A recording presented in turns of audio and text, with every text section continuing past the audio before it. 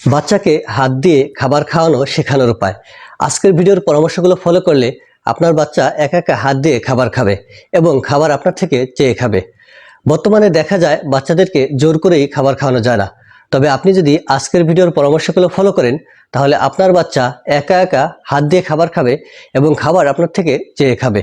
খাবার খাওয়ানো নিয়ে আপনাকে আর কষ্ট করতে হবে না। তো চলুন শুরু করা যাক। অনেক সময় দেখা যায় বাচ্চার বয়স ৩-৪ বছর হয়ে যায় বা আরো বেশি হয়ে যায়, তারপরেও বাচ্চা একা একা হাত দিয়ে খাবার খেতে পারেন না, তাকে অন্য আরেকজন খাইয়ে দিতে হয়।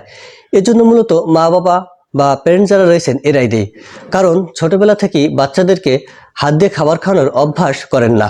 শিশুকাল থেকেই বাচ্চাদেরকে হাত দিয়ে খাবার ধরতে নিরুৎসাহিত করা হয়, কারণ দেখা যায় বাচ্চারা যদি হাত দিয়ে খাবার ধরে বা খায় তাহলে তাদের হাত মুখ এগুলো মাখায় এবং জামা কাপড় নোংরা করে, খাবার নষ্ট করে, যেই কারণে মায়েরা বাচ্চাদেরকে হাত দিয়ে খাবার খেতে দেন না।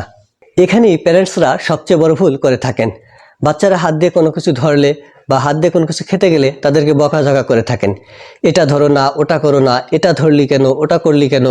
এই যে সব কিছুতে যে না না করার প্রবণতা, এই কারণে বাচ্চাদের মধ্যে এক ধরনের নেগেটিভিটি তৈরি হয়, যার কারণে শিশুদের মধ্যে এই ধরনের টেন্ডেন্সি তৈরি হয় যে হাত দিয়ে খাবার ধরা বা খাওয়া যেন বড় ধরনের কোনো অপরাধ করে ফেলা, যার কারণে বাচ্চাদের এই হাত দিয়ে খাবার খাওয়ার প্রতি যে অভ্যস্ততা এটা গড়ে ওঠে না। ফলে দিন দিন বাচ্চাদের বয়স বাড়লেও বাচ্চারা হাত দিয়ে খাবার খাওয়া শিখতে পারে না। বাচ্চারা যদি কোনো ভুল করে তাহলে তাকে বকাঝকা না করে আপনি সেই কাজটি তার সামনে সুন্দরভাবে করে তাকে শিখিয়ে দিন কিভাবে করতে হবে। এবং বাচ্চাকে যখন খাবার খাওয়াবেন তখন মাঝে মাঝে আপনিও 2-1 খাবার তার সামনে মুখে দিন, যাতে সে দেখে শিখতে পারে কিভাবে খাবার খেতে হয়। বাচ্চার বয়স 1 বছর পূর্ণ হলে তার সামনে কিছু খাবার দিয়ে রাখুন।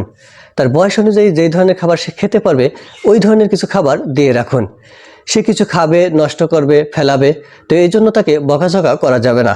তাকে উৎসাহ দিন যে তুমি নষ্ট করো, সমস্যা নেই। ডিম সিদ্ধ করে ছোট ছোট স্লাইস করে তার সামনে দিতে পারেন। আমাদের দেশীয় যে ফলগুলো রয়েছে সেগুলো ছোট ছোট টুকরো টুকরো করে কেটে তার সামনে দিতে পারেন। আমাদের দেশীয় যে কলা রয়েছে সেগুলো ছোট ছোট স্লাইস করে সহজে ক্যাচেবল, সে সহজে ধরতে পারে, মুখে দিতে পারে, এরকম শেপে এনে তার সামনে দিয়ে রাখুন। সে কিছুটা খাবে, নষ্ট করবে, ফেলাবে এবং এইভাবে নষ্ট করতে করতে একসময় সে হাত দিয়ে খাবার খাওয়া শিখে যাবে এবং খাবারের প্রতি তার একটা অভ্যস্ততা গড়ে উঠবে। তবে বাচ্চাকে এক খাবার বারবার দিবেন না, বিভিন্ন সময় বিভিন্ন ধরনের খাবার দিবেন, বিভিন্ন কালারফুল খাবার দিবেন এবং মনে রাখবেন খাবারটা যেন খুবই টেস্টি এবং সুস্বাদু হয়।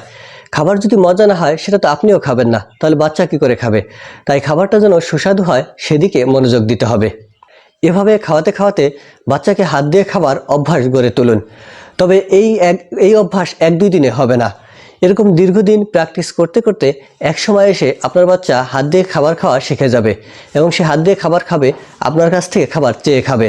খাবার নিয়ে আপনার আর দুশ্চিন্তা করতে হবে না, জোরাজুরি করতে হবে না।